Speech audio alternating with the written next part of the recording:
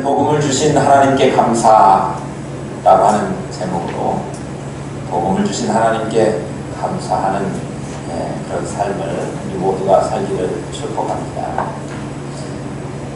여러분들은 하나님께서 여러분에게 주신 삶에 대해서, 맡기신 삶에 대해서 만족하십니까? 여러분의 삶에 대해서 하나님께 감사하며 살고 계십니까?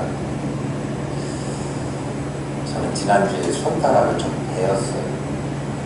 며칠 하더라고요. 너무 불편해요. 그것도 손가락이 중요하지 않은 손가락이 10손가락 중에 없다고 하지만 특별히 저한테는 이 왼쪽 검지손가락이 대단히 중요한 손가락이에요. 왜냐하면 그 왼손으로 하는 일들 중에 저는 음식을 먹을 때 김치를, 여러분들도 그런 분 계실지 모르겠지만 이 김장김치는 길게 해가지고 쭉 찢어서 엄지손가락하고 검지손가락으로 잡고 먹어야 제맛이죠. 동의하시죠? 목사가 채신머리 없이 또 손으로 또 김치 집어서 먹는다고 손보지 마시고요. 다 집에서들 그렇게 먹어요. 저는 그걸 좋아해요. 그런데 손을 대니까 이게 할 수 없더라. 또 저는 주중에 문서 작업을 해야 되는 일이 좀 있어요. 그러니까 컴퓨터를 해야 되는데 이게 독수리 탑법 하는 사람에게는 무지 중요한 손가락이지만 저는 그렇지는 않아도 10손가락 다 사용해도 이 손가락이 불편하니까 타이핑하기가 어렵더라고요. 세수할 때도 손가락 백이 지금 이제 다 나섰어요. 손가락 백이 전으로 돌아갔으면 하는 마음이 주중에 간절히 했었습니다.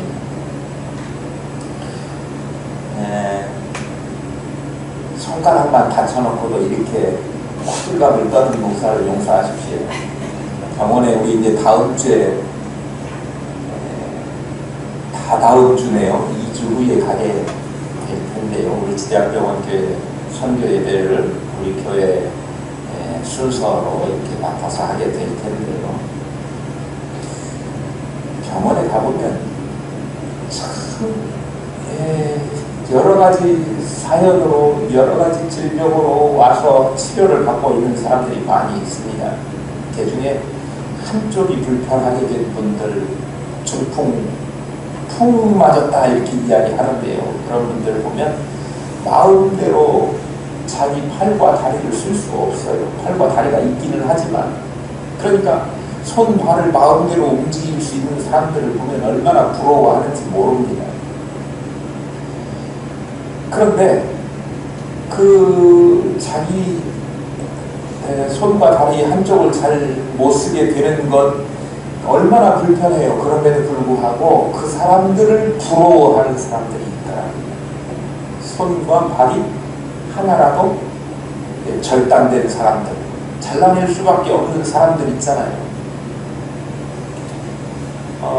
손과 다리 잘 달려나가는 사람들은 소아마비가 걸려서 한쪽 다리가 짧아서 좀 쩔룩거린다고 하더라도 달려있기만 하면 좋겠다라고 생각하시더라고요. 자기 다리를 가지고, 자기 팔을 가지고 뭔가를 할 수 있으면 얼마나 좋겠는가. 조금 모자라고 부족하고 힘들다 하더라도 어떤 오른팔을 절단하게 된 여자분이 있었어요. 그분이 자기의 소원을 이야기하는데요. 정말 오른팔까지 다 완전한 팔이 있으면 나는 절대로 세탁기에다 빨래 안 빨겠다. 이 오른팔로 내 손으로 다 빨래를 빨아서 식구들에게 주는 게 얼마나 행복하고 부러운 일인가. 반성들 하시라요. 세탁기에다 빠는 것도 귀찮다고 하시는 분들이 많이 있는데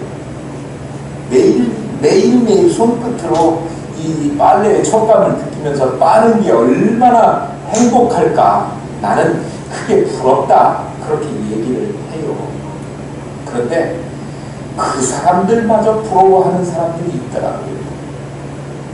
아니, 손 하나 없는 사람이 뭐가 부럽겠습니까? 그런데 손 하나, 다리 하나 없는 불구를, 장애가 있는 분들을 부러워하는 사람들이 있는데, 척추마비가 된 사람들은 이 허리 아래를 전혀 쓰지 못하는 사람들. 그래서 자기의 생리적인 그런 모든 뒤처리까지도 자기 손으로 할 수 없고 누군가를 의지해야만 할 수 있는 그런 분들이 있습니다.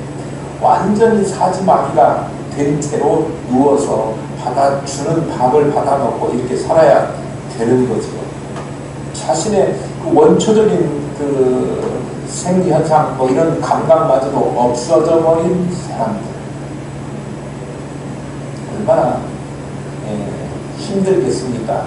그러니 그 사람들은 팔다리 하나쯤은 없어도 그래도 내 의지를 가지고 일어나서 뭔가 다른 것에 도움을 받아서라도 움직일 수 있다면 이라고 하는 생각을 가지고 있는 거예요. 그런데 이 병상에 누워서 자기 의지대로 살 수 없음에도 불구하고 힘든데 그 사람들을 또한 부러워하는 사람들이 있더라고요. 이 사람은 자기가 부러워하는 게 아니라 그 옆에 있는 가족들이 부러워하는 것 같아요. 의식마저 없이 중환자실에 4년씩 누워있는 분들. 그의 아내가 대소변 못 가려도 좋으니 우리 남편이 의식이 있어서 자기 입으로 나한테 여보라고 한번 불러주면 너무 좋겠다 라고 하는 거예요. 병원에 그런 환자들이 참 많이 있어요. 그러니 뭐라도 자기의 현재 상태를 회복하고 싶은 그런 열망이 있고 소망이 있어서 그런 사람들에게 주님의 복음을 증거하는 아주 좋은 장소가 복음의 전달하기에 가장 전방에 있다고 할 수 있을까요? 그런 장소가 병원이지요. 우리는요, 그분들한테 대면 너무나 감사한 일이 많이 있습니다. 감사하고 사십니까? 하나님 앞에 모든 일에 오늘 범사에 감사합니다 예물 드린 분들이 계시는데요, 범사에 감사하면서 살아야 합니다. 모든 일에 감사해야 돼요. 그런데 그 중에 특별히 우리가 감사해야 될 일이 있는데 그것이 뭐냐? 그러면 하나님께서 우리에게, 나에게 복음을 주셨다 라고 하는 사실에 있어서 감사해야 합니다. 저와 여러분들에게 있어서 해결해야 될 가장 큰 문제가 뭐냐? 그러면 죄의 문제입니다. 이것 해결하지 못하면 우리는 절망적일 수밖에 없어요. 왜냐하면 죄 문제가 해결되지 않는 한 하나님의 진노의 대상이 되어서 영원히 타오르는 지옥의 형벌을 받을 수밖에 없기 때문에 죄 문제 해결하지 않고서는 우리는 소망이 없어요. 절망할 수밖에 없습니다. 영원한 지옥불에 던져질 수밖에 없는 운명이기 때문에 그래요. 그러나 하나님은 우리를 불쌍히 여겨주시고 우리를 그냥 죄 지은 상태로 그대로 버려두시지 아니하시고 우리를 위해서, 우리의 죄 문제를 해결해 주시기 위해서 하나밖에 없는 독생자 예수 그리스도를 이 땅에 보내주셨습니다. 그래서 예수님께서 나의 죄 문제를 해결해 주시기 위해서 이 땅에 오신 주님께서 십자가를 지시고 그리고 거기에 매달려 고통당하시고 끝내는 죽으셨습니다. 내가 죽어야 되는데 내가 지은 죄과를 대신 주님께서 대신 담당하시고 대신 지시고 그리고 십자가에 죽으신 것입니다. 그래서 내가 용서받을 수 있는 길을 주님께서 만들어 주신 거예요. 뿐만 아니라 주님께서 십자가에 죽으셨는데 죽으신 것으로 끝이 아니라 죽으셨다가 다시 살아나셔서 부활하셔서 지금도 살아계시고 나와 함께 계시면서 우리의 손을 붙잡으시고 영원한 저 본향 하늘나라에 이를 수 있도록 우리의 발걸음을 인도해 주시면서 우리가 이 세상에서 겪어야 될 모든 것들을 다 이길 수 있도록 넉넉히 이기고 승리하는 삶을 살아갈 수 있도록 우리 옆에서 도와주시고 있다라고 하는 사실입니다. 이것이 복음이에요. 오늘 우리에게 복음을 주신 하나님께 감사할 수 있는 마음이 생겨나기를 소망합니다. 사도 바울이 오늘 복음에 대해서 이야기를 하면서 세 가지 중요한 질문에 대한 답변을 오늘 본문에서 해주고 있습니다. 첫 번째로 복음이 과연 무엇인가? 두 번째로 왜 하나님께서 우리에게 복음을 주셨는가? 세 번째로 복음을 받은 우리들이 누리고 있는 혜택, 특권이 무엇인가? 이거에 대한 이야기를 사도 바울이 오늘 본문에서 해주고 있는데 오늘 우리가 그 내용들을 간단하게나마 시간이 허락되는 범위 내에서 살펴보려고 합니다. 과연 복음이 뭘까요? 이제 예수를 믿고 시간이 흐르면 교회에서 그 사람의 신앙을 체크해서 학습 문답도 하고 세례도 주고 이렇게 하지 않습니까? 어떤 사람이 이제 예수 믿고 이제 세례를 받으려고 하는데 세례 받는데 뭐 믿으십니까? 그러니까 예 믿습니다. 뭘 믿으십니까? 그러니까 목사님이 믿는 걸 저도 같이 믿습니다. 이렇게 하랍니다.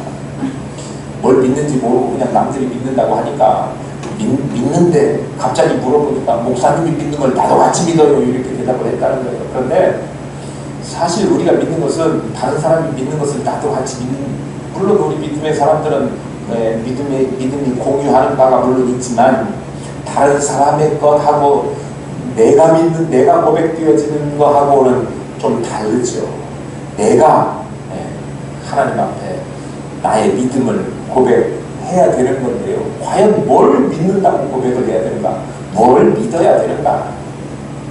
우리가 믿고 있는 이 복음이라고 하는 것이 무엇인가? 사도 바울께서 2절 말씀에 이 복음은 하나님이 선지자들로 말미암아 그의 아들에 관하여 성경에 미리 약속하신 것이라 그렇게 말씀하고 있습니다.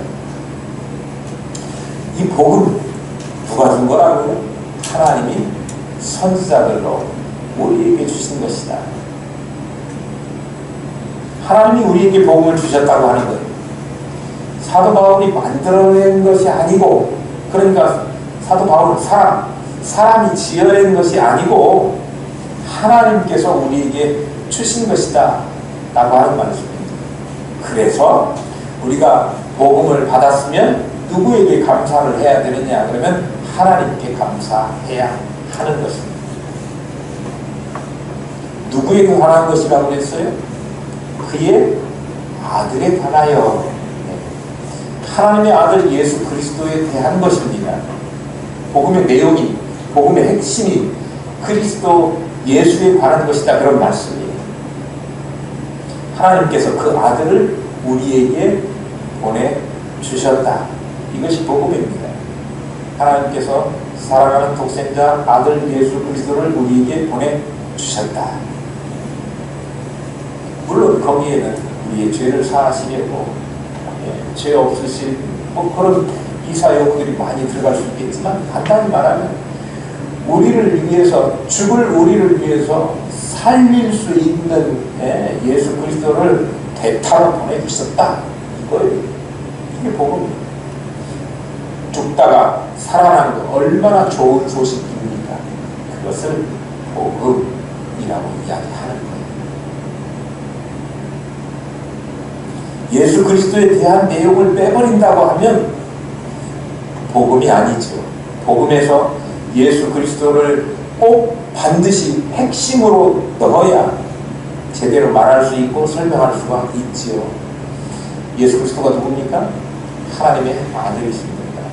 하나님의 아들이신 그를 그냥 어느 날 즉흥적으로 보내야지 해서 보낸 것이 아니라 하나님께서 주로 면밀하게 성경에 미리 정하시고 약속하셔서 보내주시마 하셨고, 그 예수 그리스도를 우리의 죄를 사하기 위해서 때가 되니 경륜이 참에 그때 우리에게 보내주셨다라고 하는 거예요.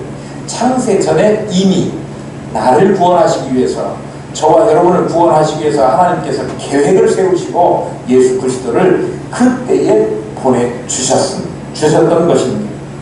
하나님께서 그의 아들을 우리에게 보내주셨는데 우리에게 그 보내주신다고 미리 정하시고 우리에게 알려주신 것은 누구를 통해서냐 그러면 오늘 본문에 보니까 하나님이 선지자들로 말미암아 그랬습니다.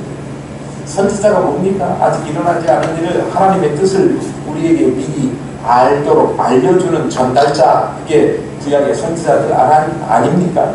하나님께서 하나님의 아들에 관하여 우리에게 미리 알 수 있도록 선지자들을 통해서 알려주셨다, 그런 말씀이 아들을 보내서 죄 문제를 해결해 주겠다라고 하는 그 약속을 구약의 선지자를 통해서 여러 번 말씀하셨는데 성경에 미리 약속하신 것이라고 이야기하고 있는 거예요. 그러니까 이 땅에 예수 그리스도가 오신 것은 즉흥적으로 오신 것이 아니라 성경에 미리 약속된 대로 예언된 대로 하나님의 계획 속에서 온 거라, 그런 이야기죠. 성경대로 되어진 거예요. 그리고 그 아들은 이 땅에 오셔서 성경에 예언된 대로 약속된 대로 기록된 대로 어떻게 했어요? 십자가에 우리를 위하여 죽으셨다. 그리고 성경대로 죽으신 것으로 끝이 아니라 무덤에 있다가 사흘 만에 부활하셨습니다. 그리고 성경대로 하늘에 오르사, 우리 사도신경 외우지 않습니까? 우리가 알고 있는, 입으로 고백하고 있는 그 사도신경이 그냥 주문처럼 막 외우는 것이 아니라 우리가 믿고 있는 것을 입술로 고백하는 거예요. 여러 사람들과 함께 하늘에 오르셔서 하나님 우편에 앉아 계시면서 우리를 위해서 충고하고 계시는 거예요.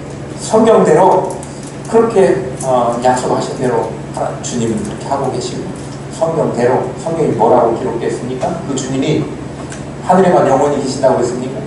다시 오셔서 우리에게 오실 것이다. 이게 성경대로 되어질 것을 믿는 거지. 사도 바울은 그 아들이 오신다고 예언된 것, 오실 것, 앞으로 다시 오실 것, 여기까지 다 이야기하고 있는데 그 목적이 뭐냐? 그러면 우리를 죄악 가운데, 죽을 수밖에 없는 죄악 가운데서 살리기 위해서 영원히 사는 존재로 예수 그리스도를 믿음으로 구원을 얻게 하기 위해서 이 땅에 주님이 오셨다. 그게 복음입니다. 날 살리기 위해서 예수 그리스도가 오셨다. 이게 복음이에요. 사도 바울이 복음의 핵심에 대해서 3절, 4절에 이야기하고 있습니다. 아들 예수 그리스도에 대해서 조금 더 정확하게 이야기를 하고 있어요. 3절에 보니까 이 아들로 말하는 육신으로는 다윗의 혈통에서 나셨고, 육신의 혈통으로는 다윗의 혈통에서 나셨다. 그러니까 육신적인 그 아버지는 다윗의 가문을 통해서 오셨다. 마태복음 1장에 보면 그 내용이 기록되어 있지요. 족보 이야기가 쭉 나오는데 아브라함의 육신의 아버지였던 요셉의 아버지 대를 이어서, 또 누가복음 3장에 보면 예수님의 육신의 어머니였던 마리아의 족보가 나와 있는데 예수님의 육신의 아버지 요셉이나 또 육신의 어머니 마리아나 다 같이 다윗의 자손입니다. 왜 하나님의 아들이신 예수 그리스도께서 육신을 입으시고 다윗의 혈통으로 이 땅에 오셔야 했느냐? 그러면 인간의 죄를 사하기 위해서는 인간이어야만 하기 때문에 육신을 입고 오신 거예요. 그러니까 완전하신 인간으로 오셨다라고 하는 이야기를 하고 있는 것입니다.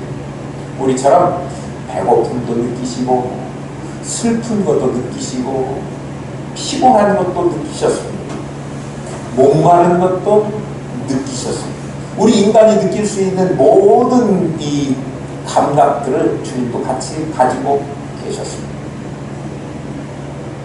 완전한 인간으로 오신 것이지. 그리고 성경에 다윗의 가문을 통해서 위대한 온 세상을 구원할 만왕의 왕이 오신다. 예언하신 대로 그가 오시는 거예요. 4절에 보면 성결의 영으로는 그렇습니다. 영적으로는 그런 이야기예요. 그런데 앞에 성결의 영으로는 이렇게 수식어가 붙었지요. 죽은 자 가운데서 부활하여 능력으로 하나님의 아들로 인정되셨으니 곧 우리 주 예수 그리스도시니라. 그러니까 육신적인 부분도 있지만 주님은 완전하게 영적인 신성을 가지신 그런 분이시다라고 하는 이야기를 하고 있습니다. 예수님의 영에 대해서 설명하고 있는 거예요. 3절은 예수님의 육에 대해서, 4절은 예수님의 영에 대해서. 태어날 때부터 우리는 원죄를 가지고 태어난다고 했습니다. 태어날 때부터 죄인이에요. 인간은 태어나면 참 선하게 태어난다. 세상 살면서 악해진다 그러지만 사실은 태어나면서부터 죄덩어리입니다.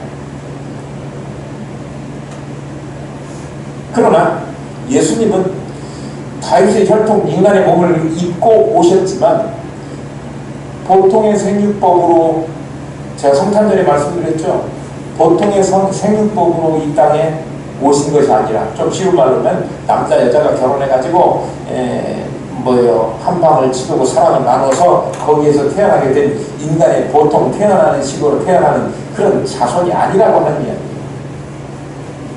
마리아에게 요셉을 가까이 하지도 않았는데 성령으로 잉태되어서 이 땅에 오신 하나님의 능력으로, 그러니까 출생이 독특하신 예수 그리스도예요. 독생자라는 말이 유일하신 하나라고 하는 의미일 수도 있지만 우리를 구원하신 분은 유일하신 예수 그리스도 한 분 아니십니까? 그러나 그 출생이 너무나도 스페셜하다라고 하는 의미예요. 왜 그렇게 오셔야만 했느냐 그러면 남녀의 보통의 생육법으로 태어난 모든 사람은 죄의 오염이 있을 수밖에 없어요. 그런데 성령으로 특별하게 독특하게 스페셜하게 이 땅에 성령으로 잉태되어서 오셨기 때문에 죄의 오염이 그에게는 전혀 없으시다. 죄가 없으신 예수님. 죄인이 다른 사람의 죄를 용서할 수 있습니까? 저도 죄인이면서 누구를 용서하고 뭘 사할 수 있겠습니까?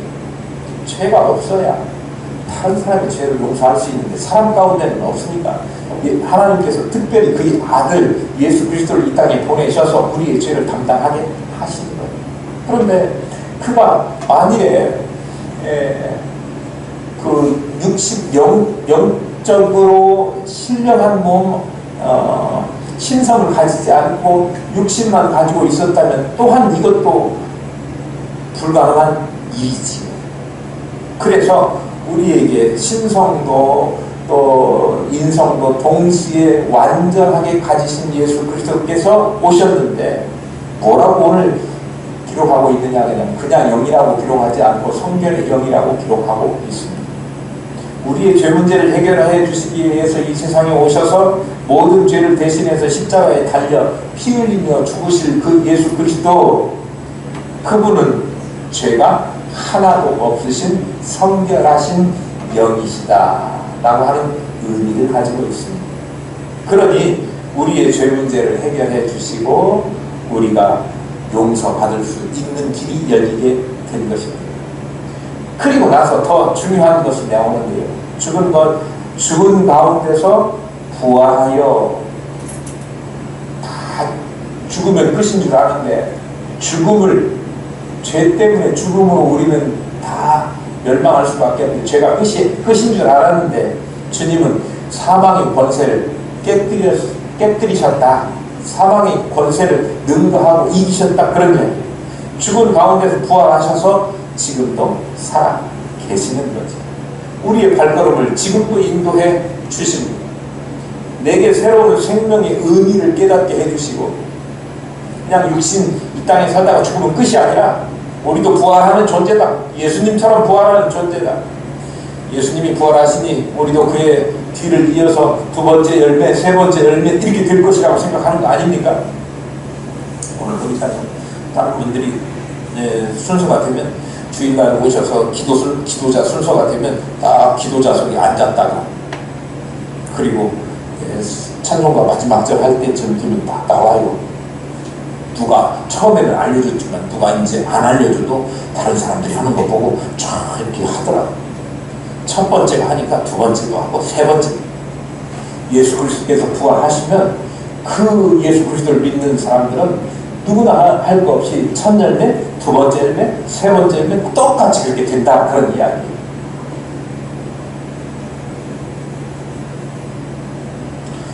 그래서 우리가 예수 그리스도를 통해서 새로운 생명의 의미를 깨닫고 그리고 생명의 감격을 맛보고 새로운 생명의 환희, 영원한 생명의 환희를 느낄 수 있게 해 주실 것입니다. 그것이 예수님의 부활 때문에 가능한 일이에요. 4절 다시 한번 볼게요. 성경의 예언으로는 죽은 자 가운데서 부활하여 능력으로 하나님의 아들로 인정되셨으니 곧 우리 주 예수 그리스도 신이라.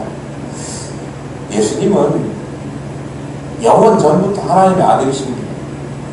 그러나 예수님은 죽은 자 가운데서 부활하심으로 하나님의 아들로 인정되셨다, 이렇게 오늘 본문이 기록하고 있는데요.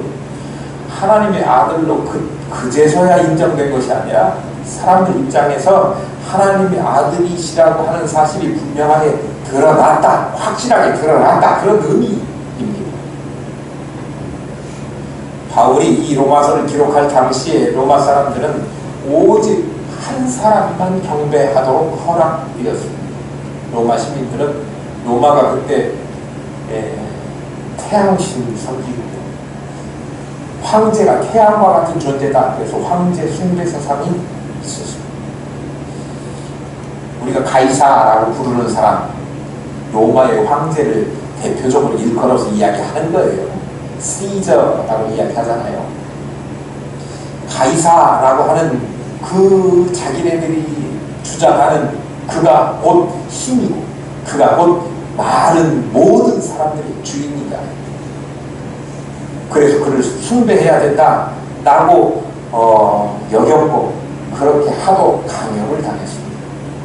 그랬던 시절에 누가요? 하나님의 아들, 그가 진정한 우리를 구원하실 참 신이시다, 구세주다, 우리의 진짜 주인은 예수 그리스도다 라고 많은 사람들이 그 사실을 인정하게 되었다라고 하는 이야기예요. 그게 죽은 자 가운데서 부활하여 능력으로 하나님의 아들로 인정되셨으니입니다.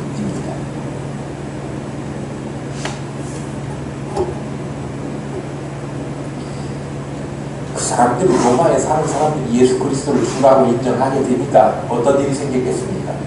그동안에 황제를 주인이라고 주라고 불렀던 그들에게 있어서는 충돌이 생겨요. 누구를 진짜 주인이라고 불러야 돼요. 그런데 국가는 뭐를 하라고 강요했어요? 시저를, 가이사를 신이라고 불러라, 주인이라고 불러라, 이렇게 강요했다. 그런데 나는 우리를 영원히 살리실, 나를 위해서 십자가에 죽으셨다가 다시 살아나신 예수 그리스도가 내 주인이다 라고 고백하는 사람들이 생겨난 거예요. 그 사람들은 그것 때문에 고난을 당해야 했습니다. 죽음을 불사해야 했습니다. 그래도 그들은 그것을 지키기 위해서 즐겁게 순교하고 죽어갔습니다. 우리도 예수 그리스도가 진짜 우리의 주인이시라고 믿는다고 하면 우리에게 어떤 고난과 어려움과 설사 죽음이 내 코앞에 들이닥친다고 하더라도 그분을 주인이라고 인정하는 믿음이 우리에게 있어야 하고 그것이 감격이어야 하고 그것이 기쁨이어야 한다, 그런 말씀입니다. 복음이 뭐예요? 우리를 사랑하셔서 그 아들 독생자 예수 그리스도를 이 땅에 보내주시고 그리고 십자가를 지시고 죽으셔서 그 대가로 내 모든 죄가 사함을 받고 용서받고 그리고 부활하셔서 우리도 부활하게 될 소망을 가지고 희망을 가지고 참 기쁨을 가지고 살아갈 수 있는 그런 주의 본속 되게 하셨다. 이것이 복음입니다. 이것이 믿어지고 이것이 기쁨이고 이것이 자랑인 저와 여러분 될 수 있기를 소망합니다. 왜 복음을 주셨을까요? 왜 우리에게 복음을 주셨을까요? 오늘 5절에 보면 하나님이 우리에게 복음을 주신 목적이 잘 나타나 있습니다. 5절 본문을 한번 볼게요. 그로 말미암아 우리가 은혜와 사도의 직분을 받아 그 이름을 위하여 모든 이방인 중에서 믿어 순종케 하나니 그랬습니다. 예수 그리스도로 말미암아 우리가 뭘 받는다고요? 은혜와 사도의 직분을 받는다 그랬습니다. 은혜가 뭡니까? 내가 받을 자격, 능력이 돼가지고 받는 것은 은혜가 아니에요. 받을 수 없는데도 나에게 주어지는 것이 은혜죠. 죽어 마땅한 나 같은 죄인까지도 버려두시지 아니하고 나의 죄를 용서하시고 그리고 하나님의 자녀 삼아주시고 영광스러운 천국을 내 땅으로 내 소유로 내 기업으로 베풀어 주신 것, 이것이 하나님의 은혜입니다. 그래서 하나님께서 우리에게 은혜를 베풀어 주셨다 이렇게 고백하는 거예요. 은혜뿐입니까? 그 은혜 받은 자에게 직분도 허락하십니다.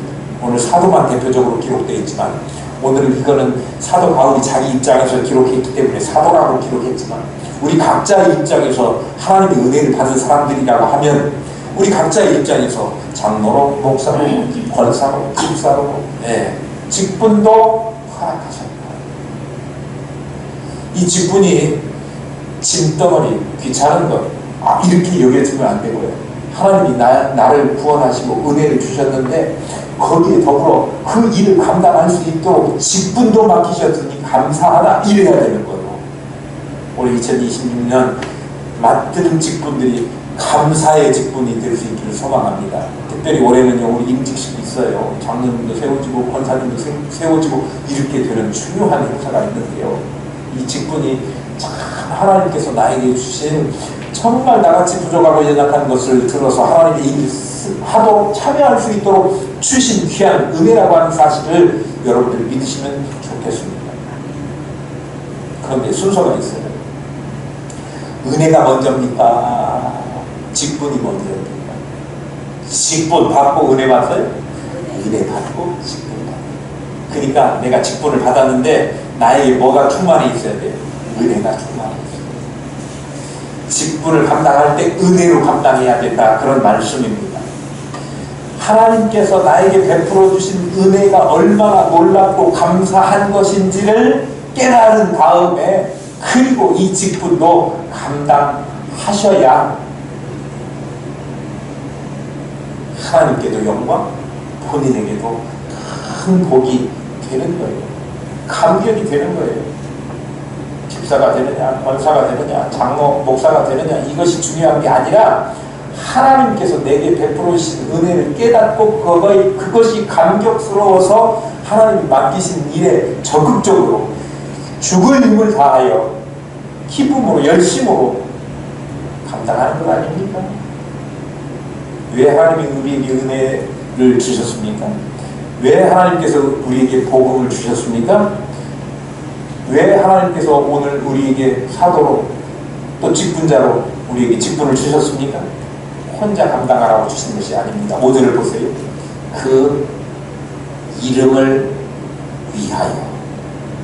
누구의 이름을 위하여? 예수 그리스도의 이름을 위하여. 존귀하신 예수 그리스도 그분의 이름을 위하여, 또 하나님의 영광을 위하여 은혜와 직분을 주신 것입니다.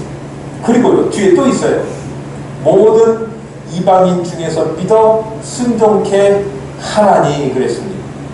이방인은 우리가 믿지 않는 사람들을 통틀어서 그렇게 이야기할 수 있어요.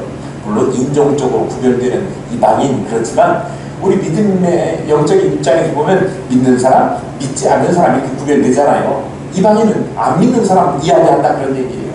그런 사람들에게 믿도록 해서 하나님의 복음, 하나님의 말씀에 순종케 하도록 하는 일을 위해서 우리에게 뭐 주셨다? 은혜와 직분을 주셨다. 복음을 주셨다. 그런 말씀입니다. 그냥 지식적으로 아는 것, 머리로만 아는 것 아무 소용없고 하나님의 뜻에 순종해서 믿음을 전해서 저들도 우리와 마찬가지로 구원을 얻고 하나님의 은혜가 무엇인지 깨닫고 주의 일에 참여하는 자로 만들기 위해서 우리에게 뭘 주셨다? 복음을 주셨다. 은혜를 주셨다. 그리고 직분을 주셨다. 입니다. 우리가 비록 부족하고 연약하지만 하나님의 이름을 위하여, 하나님의 영광을 위하여 주어진 사명에 충성을 다해 보십시다. 복음 전하는 일에 힘을 써서 해 보십시다. 나를 통해서 하나님의 영광을 나타내실 것입니다.